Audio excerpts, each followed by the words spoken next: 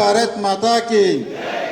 ಇವತ್ತಿನ ಈ ಸಭೆಗೆ ಆಗಮಿಸಿ ನೂತನವಾಗಿ ಆಯ್ಕೆಯಾದಂಥ ಬೆಳಗಾವಿ ಗ್ರಾಮಾಂತರ ಜಿಲ್ಲಾ ಅಧ್ಯಕ್ಷರಾದ ಸನ್ಮಾನ್ಯ ಸುಭಾಷ್ ಪಾಟೀಲ್ ಅವರೇ, ಮಾನ್ಯ ಶ್ರೀ DS ಅರುಣ್ ಅವರೇ, ಮಾನ್ಯ ಈರಣ್ಣ ಕಡಾಡಿ ಅವರೇ, ಮಾನ್ಯ ವಿಠ್ಠಲ್ ಹಲಗೇಕರ್ ಅವರೇ, ಮಾನ್ಯ ಜಗದೀಶ್ ಮೆಟಗೂಡ್ ಅವರೇ, ಅರವಿಂದ್ ಪಾಟೀಲ್ ಅವರೇ, ಅನಿಲ್ ಬೆನ್ಕೆ ಅವರೇ, ಬೆಳಗಾವಿ ಲೋಕಸಭಾ ಸದಸ್ಯ ಶ್ರೀಮತಿ ಮಂಗಳಾ ಅಂಗಡಿ ಅವರೇ, ಪ್ರಕಾಶ್ ಅಕ್ಕಲ್ಕೋಟ್ ಅವರೇ, ಸುರೇಶ್ ಮಾರ್ಯಾಡ್ ಅವರೇ, ವೇದಿಕೆ ಮೇಲಿದ್ದಂಥ ಎಲ್ಲ ಭಾರತೀಯ ಜನತಾ ಪಾರ್ಟಿ ಗೌರವಾನ್ವಿತ ಅತಿಥಿಗಳೇ ಹಾಗೂ ಜಿಲ್ಲೆಯಿಂದ ಆಗಮಿಸಿದ ಎಲ್ಲ ಭಾರತೀಯ ಜನತಾ ಪಾರ್ಟಿ ಪದಾಧಿಕಾರಿಗಳು ತಮ್ಮೆಲ್ಲರಿಗೂ ಅನಂತ ಮತ್ತೊಂದು ಸಲ ನಮಸ್ಕಾರ ಹೇಳುತ್ತಾ, ಇವತ್ತಿನ ಈ ಸಭೆಯಲ್ಲಿ ನಮ್ಮ ಮಾರ್ಗದರ್ಶಕರಾದ ಮಾನ್ಯ DS ಅರುಣ್ ಅವರು ಒಂದು ವಿಷಯ ಭಾಳ ಕರೆಕ್ಟಾಗಿ ಹೇಳವ್ರು. ಯಾಕಂದ್ರೆ ನಾವೆಲ್ಲರೂ ಈಗ ಎಲ್ಲರ ತಲೆಯಲ್ಲಿ ಹೆಂಗೆ ಬಂದೈತೆ, ಇಡೀ ದೇಶದಲ್ಲಿ ನಾವು ಈಗಾಗಲೇ ಲೋಕಸಭಾ ಚುನಾವಣೆ ಗೆದ್ದಿದ್ದೀವಿ, ಮತ್ತೊಂದು ಬಾರಿಗೆ ಸನ್ಮಾನ್ಯ ನರೇಂದ್ರ ಮೋದಿ ಅವರು ಪ್ರಧಾನಮಂತ್ರಿ ಆಗಿದ್ದಾರೆ ಅಂತೇಳಿ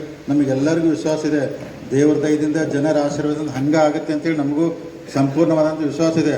ಆದರೆ ನಾವು ಮೈ ಮರಿಬಾರ್ದು. ಯಾಕಂದ್ರೆ ಅವ್ರು ಹೇಳ್ದಂಗೆ ಗೌರವಾನ್ವಿತ ಅಟಲ್ ಬಿಹಾರಿ ವಾಜಪೇಯಿ ಅವರು ಎಷ್ಟು ಕೆಲಸ ಮಾಡಿದ್ರು ಜನಕ್ಕೆ ತಲುಪ್ತಿಲ್ಲ. ಅದಕ್ಕೆ ನಾವು ಕಾರ್ಯಕರ್ತರು, ಮುಖಂಡರು, ನಮ್ಮ ಕರ್ತವ್ಯ, ನಮ್ಮ ಡ್ಯೂಟಿ, ನಾವೆಲ್ಲರೂ ಹೋಗಿ ಪ್ರತಿಯೊಬ್ಬರ ಮನೆಗೆ ಸನ್ಮಾನ್ಯ ನರೇಂದ್ರ ಮೋದಿ ಅವರ 10 ವರ್ಷದಲ್ಲಿ ಏನು ಮಾಡಿದ್ರೆ ನಾವು ಜನಕ್ಕೆ ತಲುಪಿಸಿದಾದ್ರೆ ಇನ್ನೂ ಜಾಸ್ತಿ ಸೀಟ್ ನಮ್ಗೆ ಗೆಲ್ತಾವೆ, ಇನ್ನೂ ಜಾಸ್ತಿ ವೋಟ್ ನಮ್ಗೆ ಬರ್ತಾವೆ. ಇದನ್ನು ನಾವು ದಯಮಾಡಿ ಎಲ್ಲ ಪದಾಧಿಕಾರಿಗಳು, ಕೆಳಗಿದ್ದಂಥ ಕಾರ್ಯಕರ್ತರಿಗೆ ಒಂದು ಸಂದೇಶ ಕೊಟ್ಟಿದ್ದಾರೆ. ಭಾರತೀಯ ಜನತಾ ಪಾರ್ಟಿ ಇನ್ನೂ ಕರ್ನಾಟಕದಲ್ಲಿ ಗಟ್ಟಿ ಆಗ್ತೈತಿ. ವಿಶೇಷವಾಗಿ ಬೆಳಗಾವಿ, ಚಿಕ್ಕೋಡಿ ಲೋಕಸಭಾ ಕ್ಷೇತ್ರದಲ್ಲಿ ಇನ್ನೂ ಭಾಳ ಗಟ್ಟಿಯಾಗಿ ನಾವು ಕೆಲಸ ಮಾಡೋಕ್ಕೆ ಅನುಕೂಲ ಆಗ್ತೈತಿ. ಆ ದೃಷ್ಟಿಯಲ್ಲಿ ತಾವೆಲ್ಲರೂ ಕೆಲಸ ಮಾಡಬೇಕಂತೇಳಿ ನನ್ನ ಕಳಕಳಿ ವಿನಂತಿ ಇದೆ. ಇದ್ರ ಜೊತೆಗೆ ನಾವೆಲ್ಲರೂ, ಯಾಕಂದ್ರೆ ಅರುಣ್ ಅವ್ರು ಹೇಳ್ದಂಗೆ ನಾವೆಲ್ಲರೂ ಮೊನ್ನೆ ವಿಧಾನಸಭಾ ಚುನಾವಣೆಯಲ್ಲಿ ಯಾಕಂದ್ರೆ 66 ಸೀಟಿಗೆ ನಾವು ಸೋತಿದ್ದೀವಿ. ಅಂದರೆ ಯಾಕೆ ಸೋತಿದ್ದೀವಿ, ಏನಾಯ್ತು ಅನ್ನೋದು ತಾವೆಲ್ಲ ಕಾರ್ಯಕರ್ತರಿಗೂ ಗೊತ್ತೈತಿ, ರಾಜ್ಯದ ಜನಕ್ಕೂ ಗೊತ್ತೈತಿ. ಆದರೆ ಇವತ್ತು ಕಾಂಗ್ರೆಸ್ ಸರ್ಕಾರ ಬಂದು ಕೇವಲ 10 ತಿಂಗಳಲ್ಲಿ ಜನ ಇಷ್ಟು ಬೇಸತ್ತಾರಲ್ಲ. ನಮಗೆ 3.5 ವರ್ಷಕ್ಕೆ ಜನ ಬೇಸತ್ತಿದ್ರು. ಆ್ಯಂಟಿ ಇನ್ಕಮೆನ್ಸಿ ಬಂದಿತ್ತು ನಮಗೆ. ಖರೆ ಕೇವಲ 10 ತಿಂಗಳೊಳಗೆ ಕಾಂಗ್ರೆಸ್ ಸರ್ಕಾರಕ್ಕೆ ಆ್ಯಂಟಿ ಇನ್ಕಮೆನ್ಸಿ ಇಷ್ಟು ಬಂದಿದೆಯಲ್ಲ. ಸಪೋಸ್ ಏನಾದರೂ 3 ತಿಂಗಳು ಬಿಟ್ಟು ಚುನಾವಣೆ ನಡೆದ್ರೆ ನಾವು ಸುಮಾರು 130 ಸೀಟ್ ಭಾರತೀಯ ಜನತಾ ಪಾರ್ಟಿ ಗೆಲ್ತೇವೆ ಆಮೇಲೆ ಕರ್ನಾಟಕದಿಂದ. ಅಂಥ ವಾತಾವರಣ ಈಗ ಇದೆ. ಅದಕ್ಕೆ ತಾವೆಲ್ಲರೂ ಲೋಕಸಭಾ ಚುನಾವಣೆಯಲ್ಲಿ ಪ್ರಾಮಾಣಿಕವಾಗಿ ಕೆಲಸ ಮಾಡಿ. ಇದ್ರ ಜೊತೆ ವಿಶೇಷವಾಗಿ ಯಾಕಂದ್ರೆ ಬೆಳಗಾವಿ ಸೌತ್, ನಾರ್ತ್, ಗ್ರಾಮೀಣ ಭಾರತೀಯ ಜನತಾ ಪಾರ್ಟಿ ಸ್ಟ್ರಾಂಗ್ ಬೆಲ್ಟ್ ಐತೆ. ಅದ್ರ ಜೊತೆ ಗೋಕಾಕ್, ಅರಮನೆ ಭಾರತೀಯ ಜನತಾ ಪಾರ್ಟಿ ಸ್ಟ್ರಾಂಗ್ ಬೆಲ್ಟ್ ಇದೆ. ವಿಶೇಷವಾಗಿ ನಾವು ಕಾಳಜಿ ವಹಿಸಬೇಕಾಗಿದ್ದು ರಾಮದುರ್ಗ ವಿಧಾನಸಭಾ ಕ್ಷೇತ್ರ, ಸವದತ್ತಿ, ಬೈಲಹೊಂಗಲ. ಯಾಕಂದ್ರೆ ನಾವು ರಾಮದುರ್ಗಲ್ಲಿ ಹೊಸ ಕ್ಯಾಂಡಿಡೇಟ್ ಕೊಟ್ಟಿದ್ರು, ಬರೀ ಕೇವಲ 11,000 ಓಟ್ಲೆ ಸೋತ್ರ. ಅವ್ರು ಹೊಸ ಕ್ಯಾಂಡಿಡೇಟು ಒಂದು ವಾರದಾಗ ಬಂದು ನಮ್ಮ ಪಾರ್ಟಿ ಜಾಯ್ನ್ ಆದ ನಂತರ ತಾವೆಲ್ಲ ಕಾರ್ಯಕರ್ತರು, ಮುಖಂಡರು ಅಷ್ಟು ಪ್ರಾಮಾಣಿಕ ಕೆಲಸ ಮಾಡಿ ಇನ್ನೊಂದು ಸ್ವಲ್ಪ ಜೋರಾಗಿ ಮಾಡಿದ್ರೆ ನಾವು ಖಂಡಿತ ಗೆಲ್ತಿದ್ವಿ. ಅಷ್ಟು ಅದಕ್ಕೆ ರಾಮದುರ್ಗ ಕಾರ್ಯಕರ್ತರು ಯಾರೂ ಅಧೈರ್ಯ ಆಗಬಾರ್ದು. ನಿಮ್ಮ ಜೊತೆಗೆ ನಿಂತು ನಾವು ಕೆಲಸ ಮಾಡ್ತೀವಿ. ವಿಶೇಷವಾಗಿ ಬೈಲಹೊಂಗಲ, ಯಾಕಂದರೆ ಜಗದೀಶ್ ಮೆಟಗೂಡ್ ಅವರು ಕೇವಲ ಬರೀ 2,500 ಓಟ್ಲೆ ಭಾಳ ಇನ್ನೊಂದು ಸ್ವಲ್ಪ 1,500-2,000 ಓಟ್ ತೊಗೊಂಡ್ರೆ ನಾವು ಬೈಲಹೊಂಗಲ ಸೀಟ್ ಗೆಲ್ತಿದ್ದೀವಿ. ಅಷ್ಟೆಲ್ಲ ಯಾಕಂದ್ರೆ ಅಲ್ಲಿ ಯಾಕೆ ಸೋತರು, ಏನಾಯ್ತು ಅನ್ನೋದು ತಮಗೆಲ್ಲ ಗೊತ್ತೈತೆ. ಆದರೂ ತಾವೆಲ್ಲರೂ ಕಾರ್ಯಕರ್ತರು ನಾವು ನಿಂತು ಸೋತಿದ್ದೀರಿ, ಅಧೈರ್ಯ ಯಾರೂ ಆಗಬಾರ್ದು, ನಿಮ್ಮ ಜೊತೆಗೆ ಇರ್ತೀವಿ. ವಿಶೇಷವಾಗಿ ಸವದತ್ತಿಯಲ್ಲಿ ಸುಮಾರು 16,000 ಮತಗಳನ್ನು ಸೋತರು.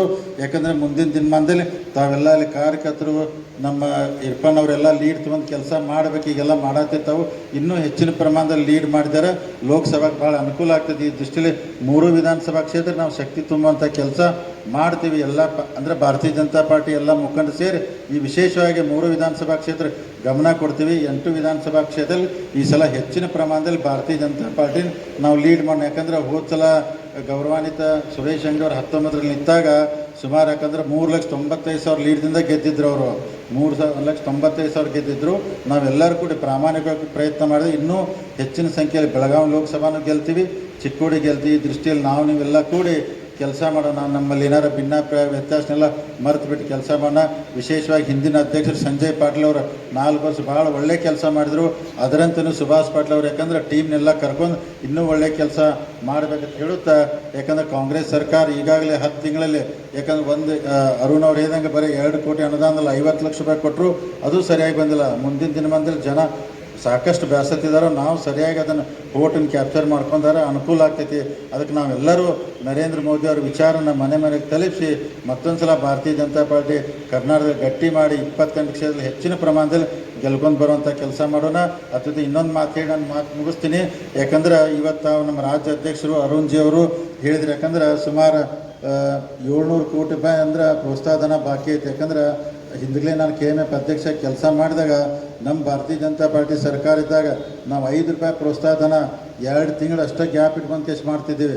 ಇವತ್ತು ಸುಮಾರು 10 ತಿಂಗಳಾದರೂ ರೈತರು ಕೊಡ್ತಾ ಇಲ್ಲ. ಅಂದರೆ ರೈತರು ಭಾಳ ಅಂದರೆ ಕಷ್ಟದಲ್ಲಿ ಅದಾರ. ಅದಕ್ಕೆ ರೈತರನ್ನೂ ನೋಡ್ತಾ ಇಲ್ಲ, ಈ ಕಡೆ ಜನನೂ ನೋಡ್ತಾ ಇಲ್ಲ. ಅದಕ್ಕಿಂತ ಸರ್ಕಾರ ಭಾಳ ದಿವಸ ಈ ರಾಜ್ಯದಲ್ಲಿ ಇರಬಾರ್ದು ಅಂತೇಳಿ ನನ್ನ ಬಯಕೆ, ಎಲ್ಲ ಜನರ ಬಯಕೆ ಐತಿ. ಅದಕ್ಕೆ ಅದ್ರ ಜೊತೆಗೆ ವಿಶೇಷವಾಗಿ ನಮ್ಮ ಭಾರತೀಯ ಜನತಾ ಪಾರ್ಟಿ ಮೊನ್ನೆ ಅಧ್ಯಕ್ಷನ ಆಯ್ಕೆ ಮಾಡಿದ್ನಾಗ ಸಾಮಾಜಿಕ ನ್ಯಾಯ ಸೋಷಿಯಲ್ ಜಸ್ಟಿಸ್ ಎಷ್ಟು ಚೆನ್ನಾಗಿ ಮಾಡ್ರಿ ಅಂದ್ರೆ ಎಲ್ಲ ಸಮುದಾಯನ ಗಮನದಲ್ಲಿ ಇಟ್ಕೊಂಡು ಕೆಲಸ ಮಾಡ್ರಿ. ಯಾಕಂದ್ರೆ ಚಿಕ್ಕೋಡಿ ಲೋಕಸಭಾಗ ದಲಿತ ಸಮುದಾಯದವ್ರು ಒಂದು ಅಧ್ಯಕ್ಷರು ಮಾಡಿದ್ರು, ಬೆಳಗಾವಿ ಗ್ರಾಮಾಂತರ ಪಂಚಮಸಾಲಿ ಲಿಂಗಾಯತರು ಮಾಡಿದ್ರು, ಬೆಳಗಾವಿ ಸಿಟಿಗೆ ಅಂದರೆ OBC ಸಮುದಾಯಕ್ಕೆ ಸೇರಿದವ್ರು ಮಾಡಿದ್ರು. ಅದರಂತೆ ನಮ್ಮ ಉಪಾಧ್ಯಕ್ಷನ ಮರಾಠ ಸಮುದಾಯದ ಅನಿಲ್ ಬೆನ್ಕೆ ಅವ್ರು ಮಾಡಿದ್ರು. ಅಂದ್ರೆ ಸಾಮಾಜಿಕ ನ್ಯಾಯ ಹಿಡ್ಕೊಂಡು ಈ ಥರ ಭಾರತೀಯ ಜನತಾ ಪಾರ್ಟಿ ಕೆಲಸ ಮಾಡತೈತಿ. ಈ ಥರ ಮಾಡಿದ್ದಾರೆ, ಮುಂದಿನ ದಿನಮಾನದಲ್ಲಿ ಭಾಳ ಅನುಕೂಲ ಆಗ್ತೈತಿ. ತಾವೆಲ್ಲರೂ ಕಾರ್ಯ ಗಟ್ಟಿಯಾಗಿ ತಾವು ನಿಲ್ರಿ, ನಿಮ್ಮ ಜೊತೆಗೆ ನಾವು ಇರ್ತದೆ ಹೇಳುತ್ತಾ ಇವತ್ತಿನ ಸಭೆಯಲ್ಲಿ ಕರೆದು ನನಗೂ ಮಾತನಾಡೋಕ್ಕೆ ಅವಕಾಶ ಮಾಡಿಕೊಟ್ಟಂಥ ಭಾರತೀಯ ಜನತಾ ಪಾರ್ಟಿ ಎಲ್ಲ ಪದಾಧಿಕಾರಿಗಳಿಗೆ, ಎಲ್ಲ ಮುಖಂಡರಿಗೆ ತಮ್ಮೆಲ್ಲರಿಗೂ ವಂದಿಸಿ ನನ್ನ ಮಾತು ಮುಗಿಸ್ತೀನಿ. ಜೈ ಹಿಂದ್, ಜೈ ಕರ್ನಾಟಕ ಮಾತು.